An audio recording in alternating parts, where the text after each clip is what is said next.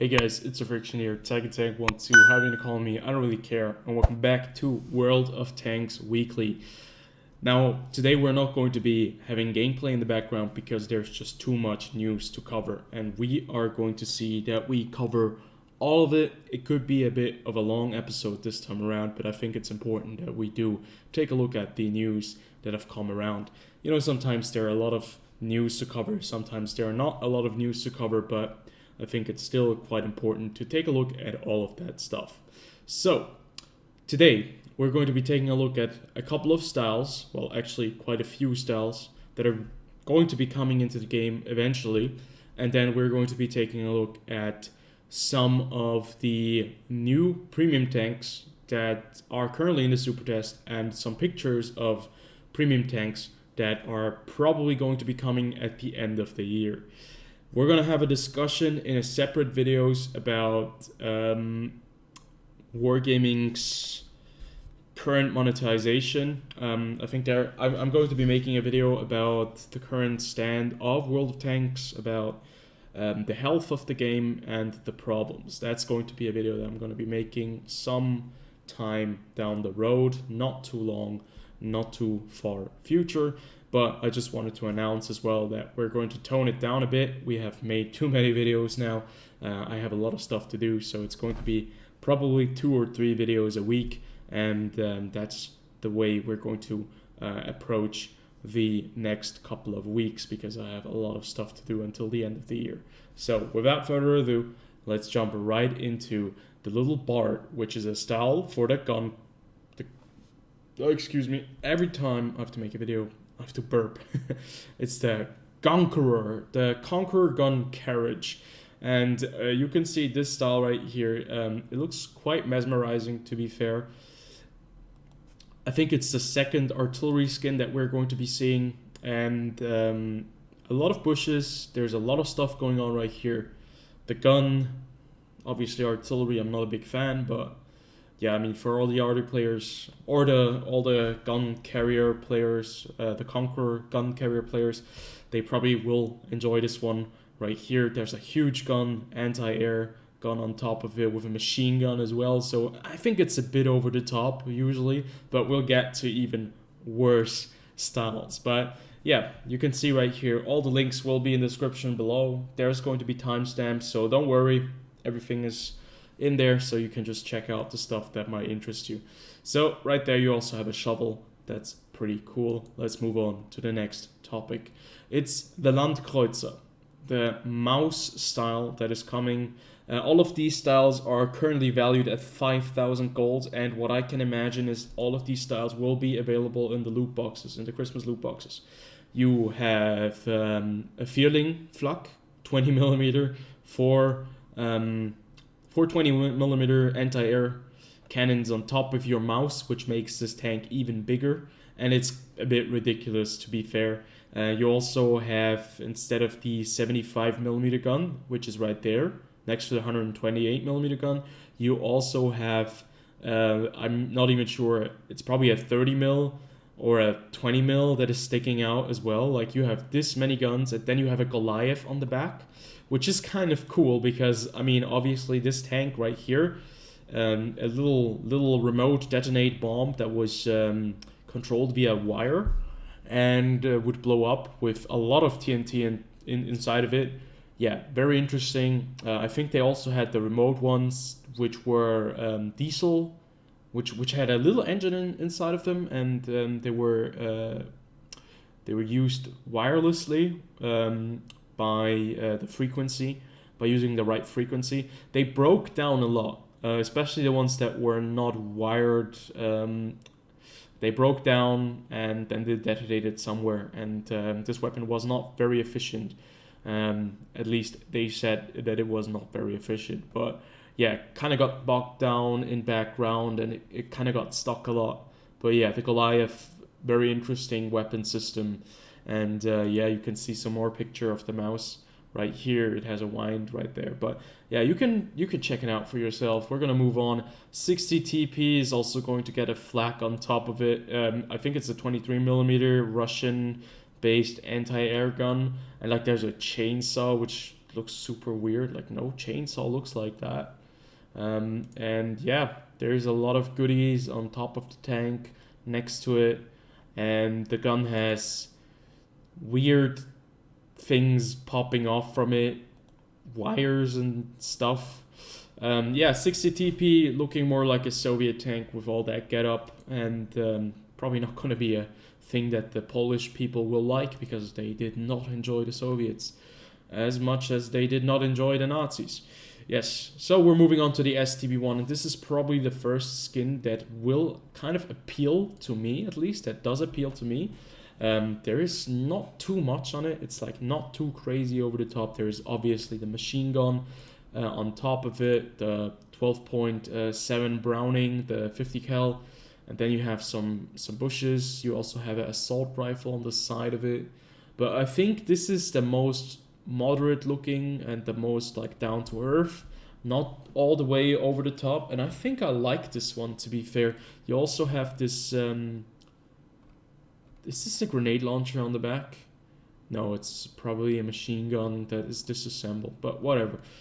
What you have at the front right there is either a searchlight or infrared, to be able to use this tank in a night scenario. So yeah, this is one of the styles that I would want to get, but as already mentioned, I think they are going to be in the Christmas loot boxes. We're moving on. We have a style for the VK, and you can see there are a lot of red lights and searchlights all over the place. I think these red lights are infrared to allow you to use this tank in a dark mode, nighttime. Well, obviously there are no nighttime battles in World of Tanks, and I don't think that they're going to be adding them anytime soon. But it would be cool, like for certain tanks, that would be kind of awesome to have like night battles on specific maps, and where you have to use like night vision. But then it would be the question which tanks can get night vision, which couldn't. Right there you have like the tears bucket at the end.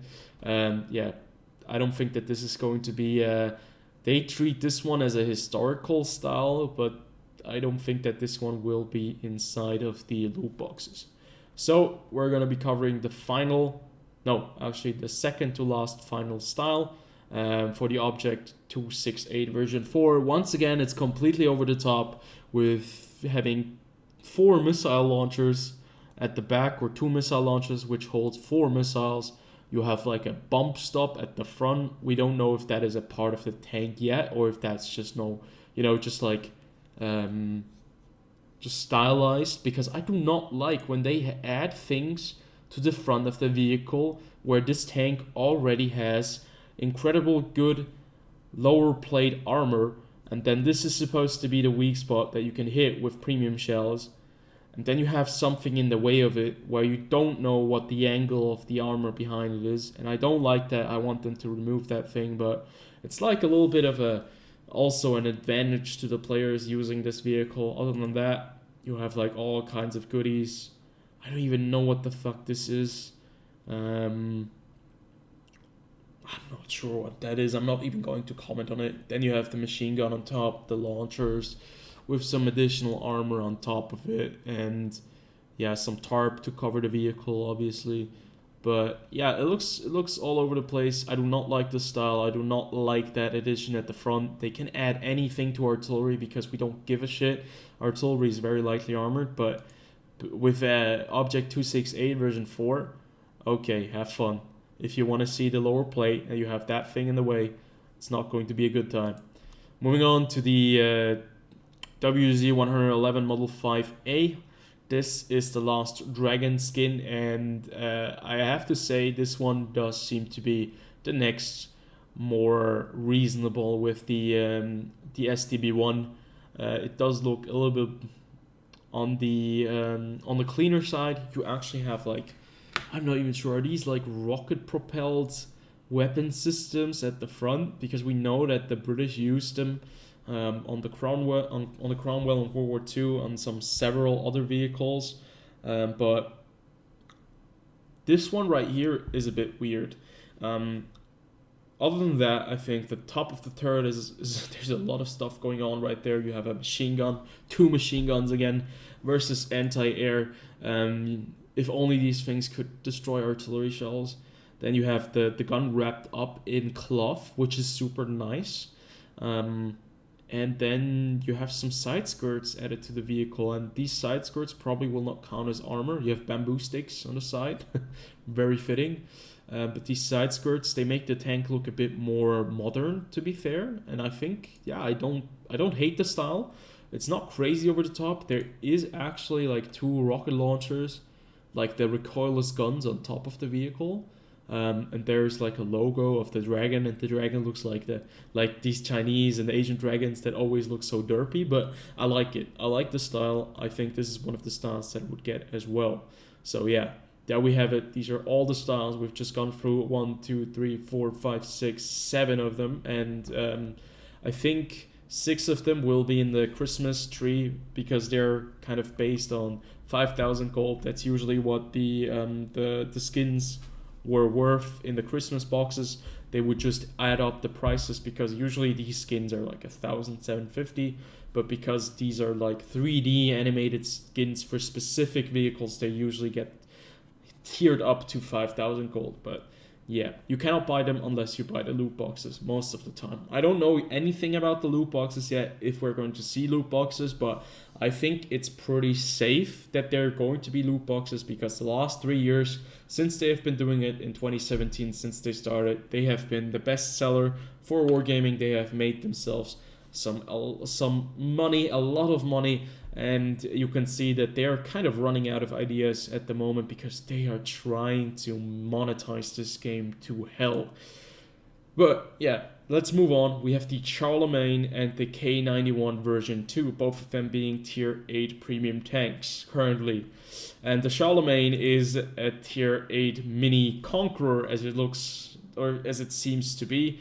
You can take a look at it. The Charlemagne, obviously, King Charlemagne, if that says anything to you, a French king, king of the Franks, I think, if I'm not mistaken. And yeah, you can see that it has a 120mm gun with 440 alpha damage, 220 pen at tier 8, 270 with APCR, a really long reload time of 16 seconds, dispersion of 0.44 at 100 meters, aim time of 3.2 seconds, so it's pretty inaccurate. It's supposed to be a heavy tank that doesn't really have any gun handling at all. It looks really weird. This turret looks like a little egg on top of like a huge hull, and it's like you expect a big turret, but you get like this little egg on top of it. And this egg looks really weird because it does seem to be quite bouncy, but we'll get to that in just a second. Turret traverse speed of 33 degrees per second, 10 degrees of gun depression, 15 degrees of gun elevation. Gun depression is great, elevation not so good on the other hand. 53 rounds that you will be packing. Like, speaking of this, now all of these characteristics are subject to change. Alpha damage, yes. Pen, yes. Reload time and dispersion and aiming time, absolutely no. This tank would play like a terrible heavy tank that could not hit anything and could not be competitive against other tier 8 heavy tanks at the same rank as premiums. So yeah, I think they will overwork that probably still. But I'm not sure. Do we need another premium tier 8 British tank? I'm not sure, but you know, whatever. Moving on to mobility, 42 kilometers forward, 15 kilometers going backwards, speed of 810 horsepower. So you have a specific horsepower to ton ratio of 18 and 26 degrees per second hull traverse speed. So yeah, this tank is decently mobile.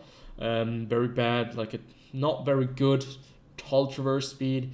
The specific power to weight is also not as amazing, so you will take a while to get up to speeds. Then you have 4 crew members, you have 1,500 hit points, 130 millimeters of hull armor at the front, 70 on the side, 38 on the rear, 170 on the turret, 80 on the side of the turret, and 70 on the rear of the turret. Now with this kind of angling right there, it does look a bit weird, so we cannot really say if it's going to be final. And as it looks right now, it's going to be using a premium shell AP and a normal AP shell. and the high explosive or the HESH rounds that they fire usually with the British tanks does not have very high pen, 60 millimeters. So this tank at the moment, if we think about it, is pretty whack from the stats. Very, very, very, very whack. So probably going to be overworked, doesn't look very powerful, but I'm pretty sure that this tank is going to be in the Christmas loot boxes. Then we're moving on to the K-91 version 2. The K-91 being the tier 10 Soviet medium tank being already in the game. And yeah, this time around you get the tier 8 counterpart with the turret being in the middle instead of the back. Now this is important or interesting because the tier 10 version does not have a 360 turret rotation, while this tank on the other hand does have 360 turret rotation as it seems.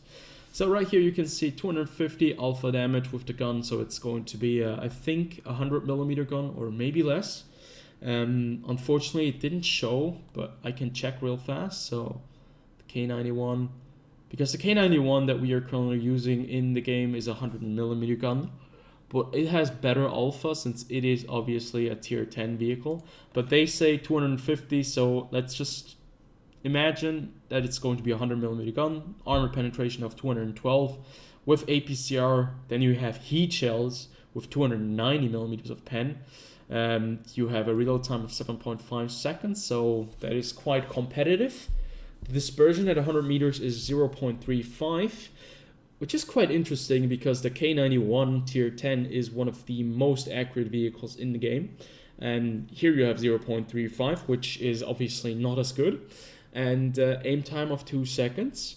That means that this vehicle, well, it is supposed to be played a bit more aggressively, a bit more at the front lines or in the medium kind of distance.